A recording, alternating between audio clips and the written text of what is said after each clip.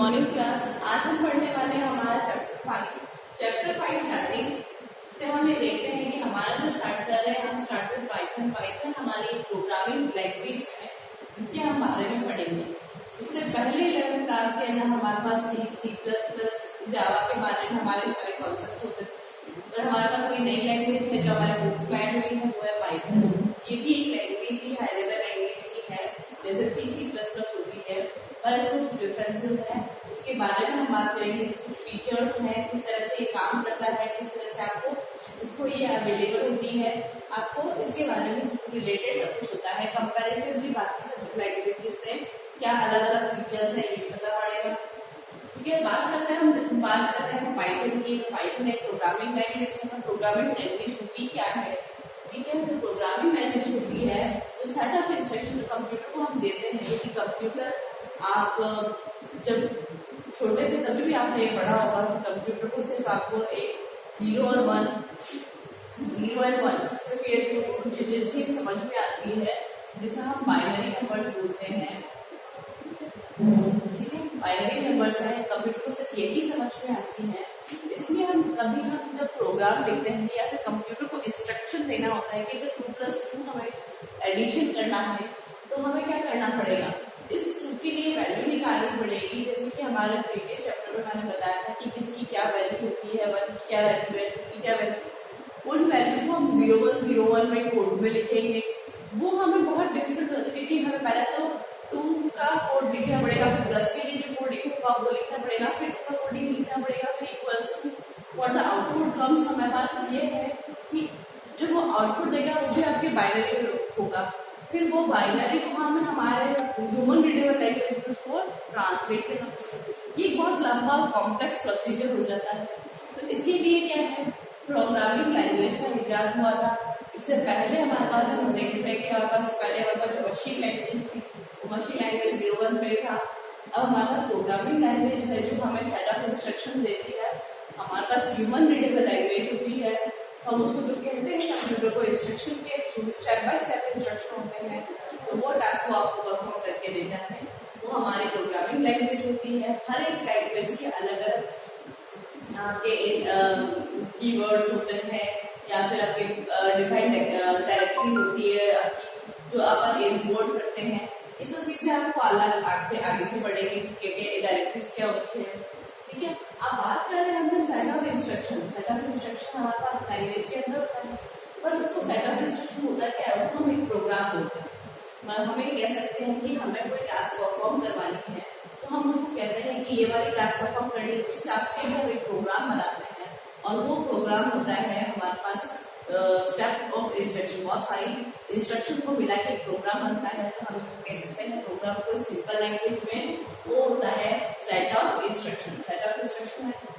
बात करते हैं हम पाइथन के अंदर, क्योंकि हमारी प्रोग्रामिंग लैंग्वेज हम पाइथन के बारे में बात कर रहे हैं।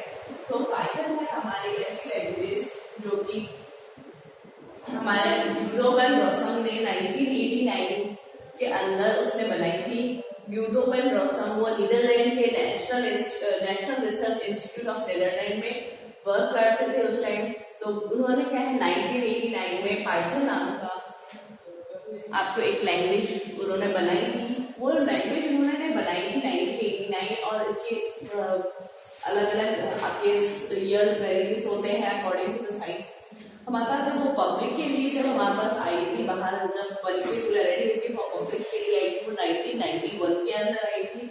इसका फर्स्ट वर्ड है हमारा 1994 के अंदर आया था जब हमारे पास पाइथन स्टार्ट हुई थी। और उसका जो वर्जन, उसके अंदर कोई कमियां जो रह जाती है, हम ये देखते हैं कि किसी भी सॉफ्टवेयर के अंदर अगर कोई कमी या फिर ड्रॉबैक्स रह जाती है या फिर उसके अंदर कुछ नया हम उसमें टेक्नोलॉजी या फिर कुछ नया आपको फीचर ऐड करते हैं तो उसका एक नया वर्जन निकालते हैं। ठीक है, उसका फर्स्ट वर्जन हमारे पास था 1994 के अंदर।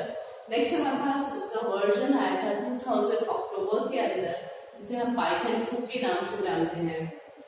ठीक है, फिर नेक्स्ट हमारे पास जो उसका वर्जन आया था वो दिसंबर 2008 के अंदर आया था, जो पाइथन 3 है।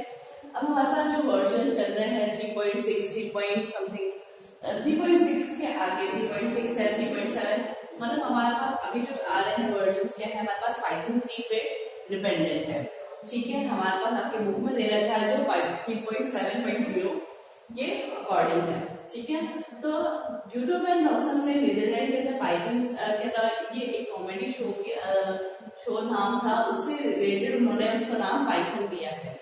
ठीक है, ये हमारे पास होता है, ये ओपन सोर्स होता है। ओपन सोर्स का मतलब क्या है, हमारे पास फ्रीली अवेलेबल होता है। हमारे प्रीवियस चैप्टर्स में हमने पढ़ लिया कि ओपन सोर्स क्या होता है। ओपन सोर्स वो लैंग्वेज होती है जो फ्रीली अवेलेबल होती है। इसके लिए हमें इस सॉफ्टवेयर के लिए कोई भी चीज के लिए हमें पेमेंट नहीं करना पड़ता, ये हमारे पास फ्री अवेलेबल होता है। इसके लिए हमें कोई चीज सॉफ्टवेयर खरीदना नहीं पड़ता है, इसके लिए पेमेंट नहीं होता है, इसके लिए कोई लाइसेंस की जरूरत नहीं होती है। ठीक है, जैसे हमारे पास कोई भी सॉफ्टवेयर हम इंस्टॉल करते हैं उसके लिए एक लाइसेंस आइडिया हमारे पास आता है, इसके लिए हमारे पास लाइसेंस की भी जरूरत नहीं होती है। ठीक है, बात करते हैं हमें ये पाइथन क्या है, एक इंटरप्रेटेड लैंग्वेज है। जैसे कि हमने प्रीवियस चैप्टर में पढ़ा था हमारे कंपाइलर, इंटरप्रेटर और असेंबलर के बारे में।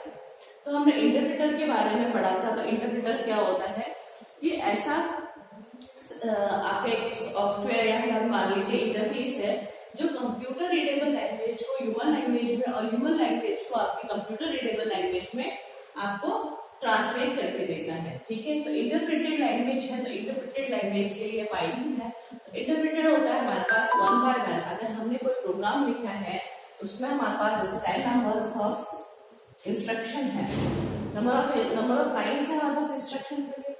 इंटरप्रेटर क्या करता है, फर्स्ट हमारे लाइन को इंटरप्रेटेड करेगा, तो पहले एक लाइन को कोड करेगा।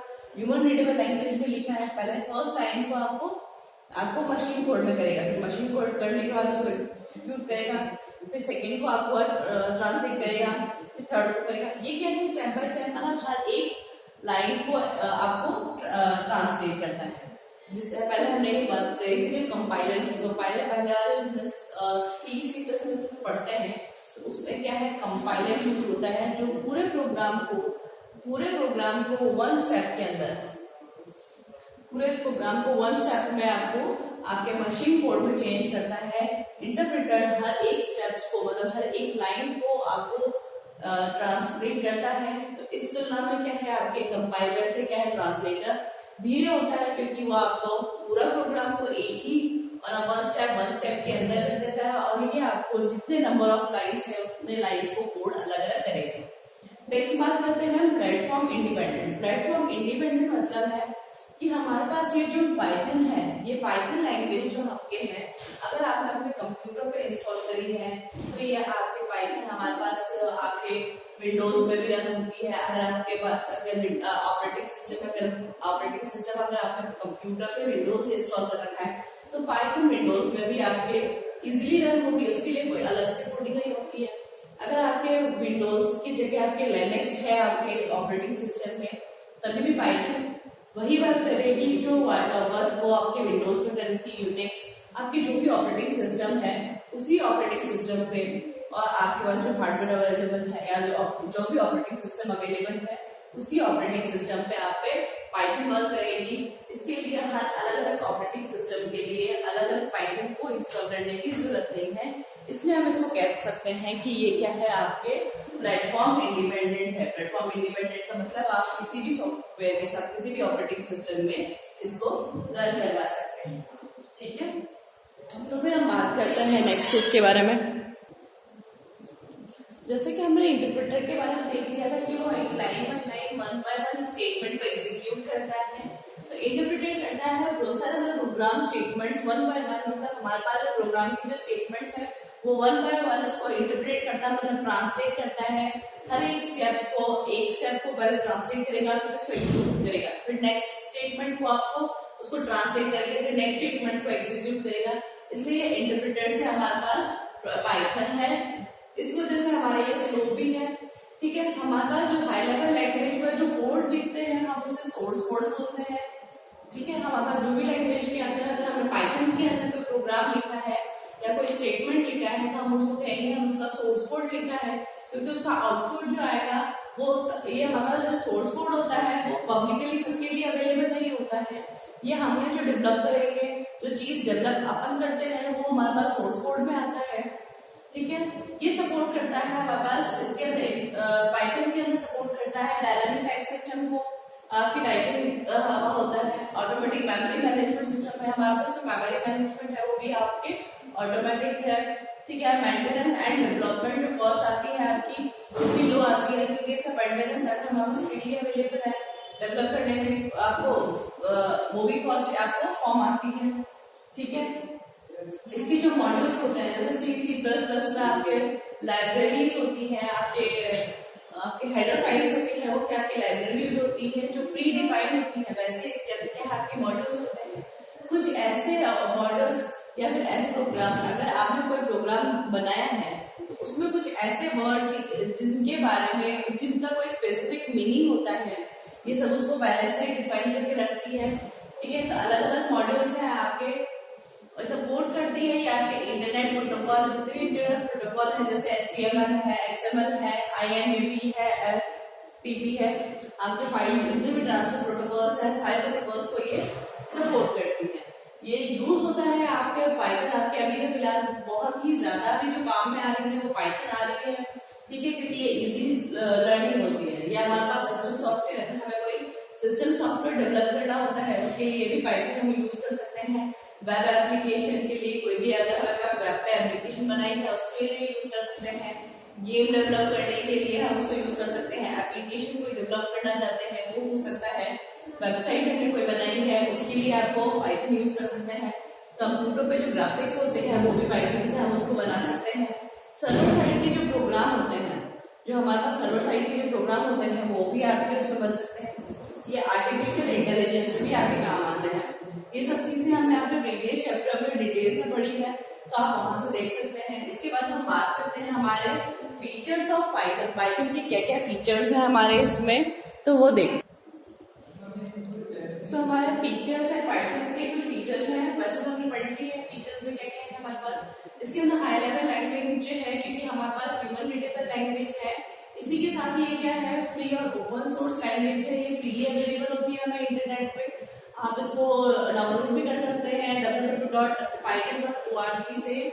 ठीक है, यहाँ पे क्या होता है, ये इंटरप्रेटेड लैंग्वेज है। इंटरप्रेटेड लैंग्वेज के बारे में बताया आपको कि ये आपकी इंटरप्रेटेड लैंग्वेज है। इसका मतलब है कि आपको ये जो भी प्रोग्राम लिखा है वो आपको स्टेप बाय स्टेप इसको इंटरप्रेट करती है और वन बाय वन इसको लाइन पे एग्जीक्यूट करती है। ठीक है, नेक्स्ट हमारे पास इसमें है define syntax and relatively simple structure.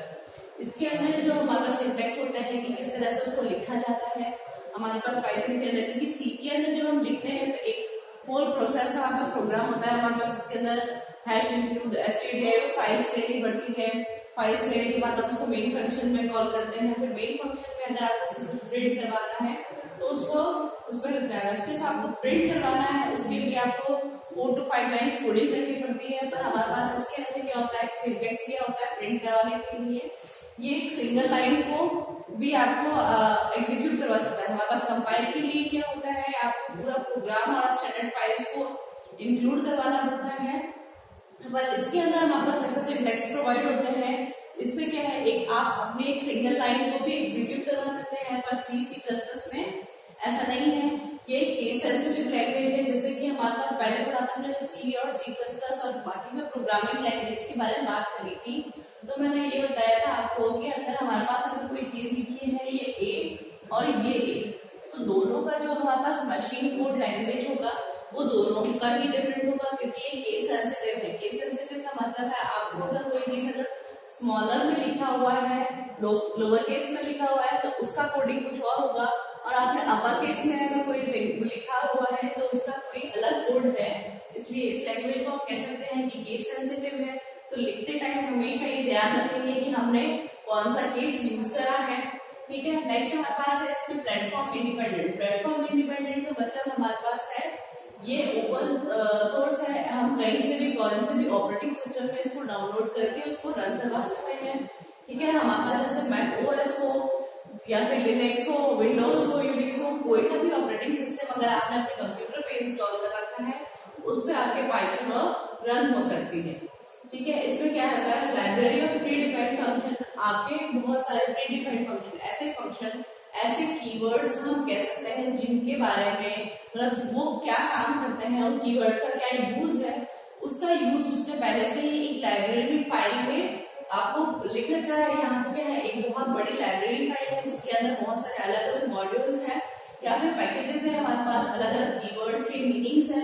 ये हमारे पास क्या है, लाइब्रेरी के अंदर बहुत सारी चीजें अवेलेबल है। ये हमारे पास नेक्स्ट है, हमारे पास सिंपल है। सिंपल क्या है हमारे पास इसमें कि सिंपल इसलिए भी है कि हमारे पास C++ जब हम कोड को रन करवाते हैं, रन करवाने से पहले क्या है हमारे पास कंपाइल करना पड़ता है। कंपाइल करने पर हम ये देखते हैं कि उसमें क्या एरर आ रहा है, क्या वार्निंग्स आ रही है। और पाइथन में क्या होता है, ये जो हमारे पास कोड जो रन होता है वो हमारे पास रन टाइम के अंदर ही वो कंपाइल को हम कंपाइल नहीं करते, ये एग्जीक्यूट होता है हमारे पास रन टाइम के अंदर। C++ के अंदर हमारे पास कंपाइलिंग करना पड़ता है, पर इसमें हमारे पास कंपाइलिंग नहीं करना पड़ता है क्योंकि ये एग्जीक्यूट करता है लाइन बाय लाइन। और अगर फर्स्ट लाइन में मिस्टेक है तो फर्स्ट लाइन में बता देता है। और C++ में होता है कि वो पूरे कोड को एक बार आपको मशीन लैंग्वेज में ट्रांसलेट करता है, फिर कौन सी लाइन में आपकी मिस्टेक्स हैं वो आपको एरर शो करता है, फिर आप उसको करेक्ट कर सकते हैं। ठीक है, अब ये एग्जीक्यूट करता है लाइन बाय लाइन, तो हम उसको कह सकते हैं कि हमारे पास स्क्रिप्ट लैंग्वेज भी है। ठीक है, नंबर नेक्स्ट है हमारे पास एक्सटेंसिबल लैंग्वेज। एक्सटेंसिबल लैंग्वेज है हमारे पास कोड की हमने बात करी कि पाइथन में अगर हमने कोई कोड लिखा है तो वो क्या है बहुत ही धीरे होता है क्योंकि ये लाइन बाय लाइन एग्जीक्यूट करता है, लाइन बाय लाइन इंटरप्रेट करता है। इस वजह से इसकी क्या है आपका एग्जीक्यूशन टाइम जो होता है वो ज्यादा लेता है। तो अगर हम चाहते हैं कि कोई स्पेसिफिक कोड या कोई स्पेसिफिक लॉजिक आपका बहुत जल्दी आपको एग्जीक्यूट हो, तो हम क्या कर सकते हैं, हमारे जैसे C++, जावा और कोई भी लैंग्वेज है उस लैंग्वेज के पर्टिकुलर कोड को हम इसके अंदर पाइथन के अंदर लाके उसको उस कोड को हम मतलब जल्दी से रन करवा सकते हैं क्योंकि पाइथन का जो कोड होता है वो धीरे धीरे होता है। और एक पर्टिकुलर अगर हमने बाकी सब पाइथन में लिखा है, अगर प्रोग्राम पाइथन में लिखा हुआ है, यहाँ पे C++ का एक छोटा सा आपका लॉजिक लेकर आ गया है, फिर पाइथन का प्रोग्राम, तो ये जब एग्जीक्यूट होगा तो ये क्या है लाइन बाय होगा और ये पूरा एक पूरा ब्लॉक आपके साथ में कोड होगा। तो ये क्या है एग्जीक्यूशन टाइम हमारे पास क्या है कम लेता है। C++ पर पाइथन में क्या होता है लाइन बाय लाइन आपके इंटरप्रेटेड होता है और आपके एग्जीक्यूट होता है, इसलिए वो क्या है आपके बहुत ज्यादा टाइम लेते हैं। नेक्स्ट इसके अंदर है स्टैंडर्ड लाइब्रेरी। इसके अंदर जैसे मैंने लाइब्रेरी और पैकेज मॉडल्स के बारे में बात करी, तो इसमें अलग अलग मॉडल्स हैं हमारे पास ग्राफिकल यूजर इंटरफेस के लिए भी। वहाँ पर जो ग्राफिक्स के जो काम में लेते हैं वो भी आपके मॉडल्स अलग अलग उसमें है। इसका एक पैकेज बना हुआ है। आपके वेब में अगर हम वेबसाइट कुछ आपको वेब फ्रेमवर्क अगर हम कुछ कर रहे हैं तो आपके उस फ्रेमवर्क पे भी आपके पैकेज बना हुआ है। इसके अंदर पाइथन के अंदर डेटाबेस के ऊपर भी आपका पैकेज बना हुआ है और इस डेटाबेस पैकेज से हमारे पास डाटा का एंट्री करना और एंट्री करने के बाद उसको लाना और ले जाना बहुत ही इजी अब हो जाता है। ठीक है, नेक्स्ट इसके अंदर है हमारे पास कोड रीयूज एंड मॉडिफिकेशन। इसके अंदर जो कोड होता है पाइथन के अंदर हम इसको वापस से रीयूज कर सकते हैं और उसको मॉडिफाई भी कर सकते हैं क्योंकि ये फ्रीली अवेलेबल है और ये आपको अलाउ करता है कि आप इसको मॉडिफाई कर सकते हैं, कुछ अपने प्रोग्राम में के अंदर मॉडिफाई कर सकते हैं। ये अगर आप चाहते हैं इसका वर्जन अवेलेबल है पाइथन 3 का, ये है .python.org